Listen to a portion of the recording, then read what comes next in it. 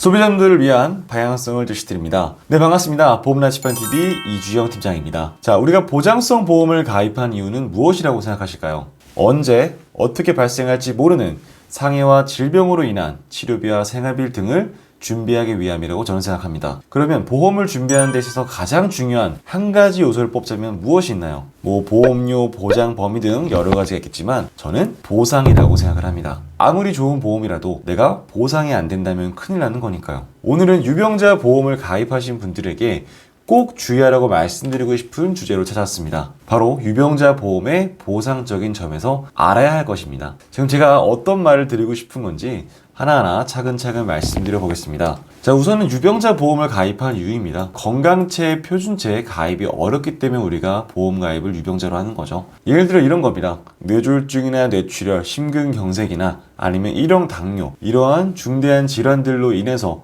건강체 보험 자체가 가입이 안 되는 경우들이 있습니다. 이런 경우 우리가 특정 조건을 맞추면 보험 가입이 되는 유병자 보험을 가입하는 거죠. 그 다음은 내가 치료력으로 인해서 혹은 내가 보유 중인 혹 등으로 인해서 과한 부위부담보가 잡히는 겁니다. 예를 들어서 3년 정도의 부담보가 잡히거나 아니면 5년, 심한 경우는 전기간 부담보가 잡힐 수 있는 거겠죠. 이러한 경우 우리는 보험 가입을 위해서, 보장을 위해서 유병자 보험을 선택을 합니다. 근데 오늘의 키포인트는 우리가 어떤 유병자 보험이 좋냐가 아닙니다. 바로 보상의 문제가 없는가예요. 궁금하실 수 있죠. 내가 보험 가입이 안 되기 때문에 보상을 받기 위해 유병자 보험을 가입하는 건데 보상이 안 된다고 하면 뭐하러 가입을 하는 건가요? 근데 이 부분에 대해서 무조건 확신하는 분들이 있으세요. 유병자 보험은 무조건 보상이 되는 거야. 근데 오늘은 그 약관을 보시면서 여러분들께서 이 부분에 대한 고민을 해보시면 좋을 것 같습니다. 제가 한 가지 예로 여러분들께 좀 이해를 도와보도록 하겠습니다. 우선은 협심증에 진단된 사례예요. 3년 전에 협심증으로 진단 후에 약을 복용하고 있습니다. 이후 유병자 보험을 가입한 뒤에 최근에 스텐트 삽입술을 시행한 거예요. 자, 이 부분에 대해서 최근 약관을 제가 한번 확인해 보도록 하겠습니다. 자, 우선은 허혈성 심장질환 수술비를 볼게요. 이게 보험금의 지급 사유인데, 자, 회사는 피보험자가 이 특별약관의 보험기간 중에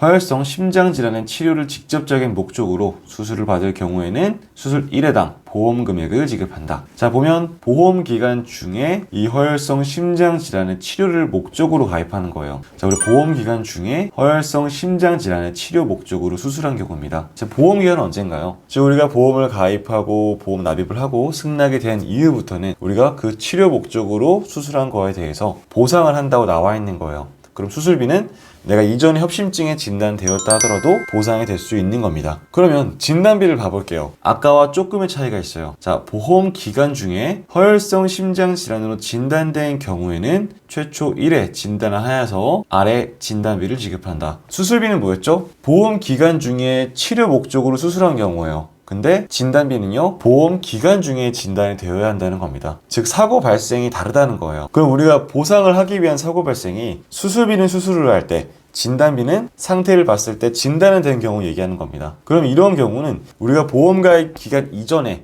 협심증에 진단된 분이라고 하면 사실 보상이 애매할 수가 있는 겁니다. 근데 물론 내가 보험 가입 이전에 완치를 한 거예요. 그게 다시 새롭게 전혀 무관한 걸로 원발했다고 하면 그때는 보상적인 부분에서 가능할 수도 있을 겁니다. 그러나 내가 협심증이 있었고 허혈성 심장질환을 가입했을 때 무조건 보상이 되냐? 이 부분은 어려울 수가 있다는 거죠. 자, 그래서 이러한 케이스에서 우리가 진단비와 수술비의 조건들을 정확히 보시는 게 중요할 것 같고요. 자, 더 중요한 게 있습니다. 바로 과거 유병자 보험의 약관이에요. 자, 이거는 특정 회사의 유병자 보험 약관을 가져온 거고 그 안에서 질병 수술비를 본 겁니다. 제가 앞서 보여드린 허혈성 심장 질환 수술비는요, 내가 보험 가입 이전에 협심증이 있다 하더라도 그로 인한 수술을 하게 됐을 때 보상해줬어요. 근데 이 특약을 볼게요. 보험 기간 중에 진단 확정된 질병의 치료를 목적으로 지급을 합니다. 자, 얘는 또 달라요. 내가 보험 가입 이후에 발생한 질병으로 그를 치료하는 목적으로 수술을 해야 지급을 하는 겁니다. 자, 그러면 앞 회사에 있었던 협심증은요, 이 수술비로는 지급이 어려울 수 있어요. 왜냐? 보험 가입 이전에 있었던 협심증이기 때문에. 이게 요즘에는 좀 많이 바뀌었어요. 이제 20년도 4월 이후의 약관들을 봤을 때는 보통 이러한 조항들이 많이 사라지고 치료 목적으로 수술한 경우를 많이 보고 있습니다. 그렇기 때문에 내가 한 19년도, 18년도 이전에 가입한 유병자 보험이라고 하면요, 수술비 지급되는 약관은 꼭 보셔야 돼요. 이게 보험 가입 이전에 갖고 있던 질병도 보상을 하는 건지, 아니면 보험 가입 이후에만 꼭 진단이 확정되고 이로 인한 수술로 인한 보상이 되는 건지, 이 부분을 정확히 알아야 이 점에 대해 확실히 우리가 체크해야지 우리가 유병자 보험을 가입하더라도 보상이 안 되는 그런 좀 아쉬운 상황을 면할 수가 있으세요. 자, 그럼 정리를 짓겠습니다. 자, 유병자 보험 무조건 다 보상되는 것이 아닙니다. 내가 이전에 갖고 있던 질병으로 인해서 수술비는 지급이 될 수 있어도 진단비는 지급이 어려운 경우가 발생을 합니다. 약관은 꼭 봐야 되는 거고요. 자, 과거 유병자 보험의 수술비 같은 경우는 보험 기간 이전에 있던 질병에 대해서는 보상이 안 되는 경우도 있습니다. 그래서 꼭 약관을 확인하셔야 하세요. 자, 보험을 가입하는 이유는 저는 보상 때문이라 생각을 합니다. 그렇기 위해서 우리는 꼭 후회 없이 가입을 해야 되고요. 이 보험에 대한 확신이 있어야 됩니다. 네, 보험 라지판TV는 항상 고객분들을 위한, 고객분들을 향한 플랜을 드리고 있습니다. 네, 궁금하신 분들, 유병자 보험에 대해서 디테일하게 알아보고 싶으신 분들은요, 아래 링크 통해 말씀 주시면 최선을 다해 답변 드리도록 하겠습니다. 네, 방송 마치도록 할게요. 감사합니다.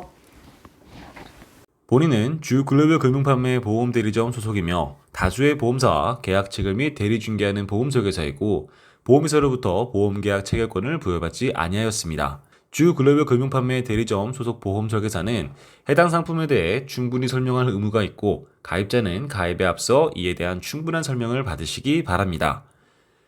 보험계약자는 계약 체결 전 상품 설명서 및 보험약관 등을 반드시 읽어보시기 바랍니다.